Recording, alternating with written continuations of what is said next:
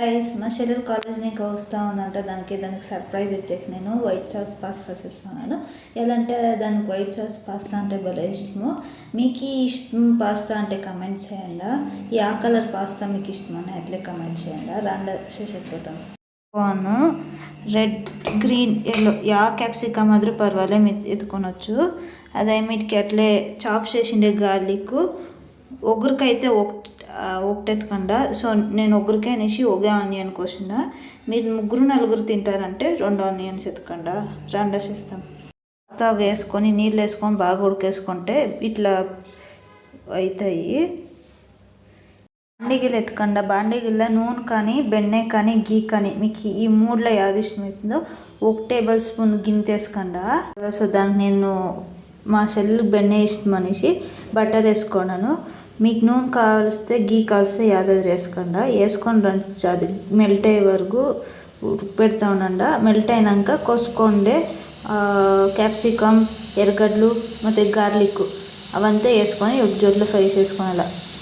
So అప్పుడే మనం కోసుకొని స్వీట్ కార్న్, క్యాప్సికమ్, ఆనియన్, గార్లిక్ని కోసుకుండేదాన్ని వేసుకోండి. బండిలో వేసుకొని డీప్ ఫ్రై చేసుకోండి. ఫ్రై చేసుకునే టైంలో ఒక 1/4 స్పూన్ అంతా ఉప్పు వేసుకోండి చాలు. ఎలా అంటే మీరు పాస్తా ఉడికేసినప్పుడు వేసుకుంటారు కదా, సో ఉప్పు రోస్ అయిపోతుంది. ఒక 1/4 స్పూన్ వేసుకోండి చాలు. ఓకేనా? బాగా ఫ్రై చేసిన ఏమిటికి ఒక తట్లో వేసుకోండి. నెక్స్ట్ వైట్ సాస్ చేసేదానికి బాండిగలు కావాలి కదా. బాండిగలు చేసేది ఒకే బాండిగలోనే వేసేస్తాం మనిషి.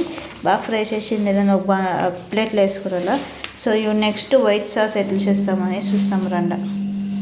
అంటించుకొని నేను నెయ్యి ఇప్పుడు బటరే వాడుతూ ఉన్నాను, నూనె అంతా వాడతలే. సో ఒక దీని మీద నూనె వాడకుండా బరీ బటరే వాడతామనేసి బటర్ వేసుకున్నాను. అదేమిటికి మైదా వేసుకొని అంతా ఫ్రై చేసుకుంటాము.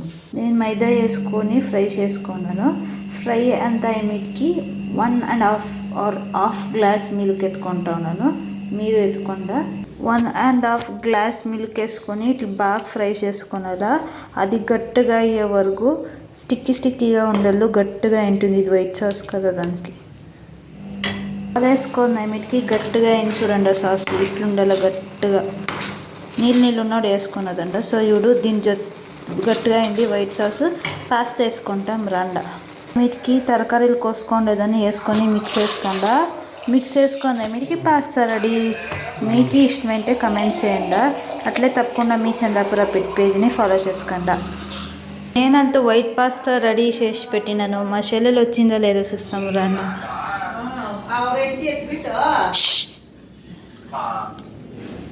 సో నేను మా చెల్లెని ఖుషి పట్టే కోసం వైట్ సాస్ పాస్తా చేసినాను. మా చెల్లెలు అంతా ఫుల్ ఖుషి అయిపోయింది. సో మీరు మీ చెల్లెలు అన్న చెల్లెళ్ళు లేకుంటే తమ్మునికి ఖుషి పడాలంటే మీ చేతిలో ఏమవుతుందో అది చేయండి. వాళ్ళ ఖుషినే మనకి ఇంపార్టెంట్.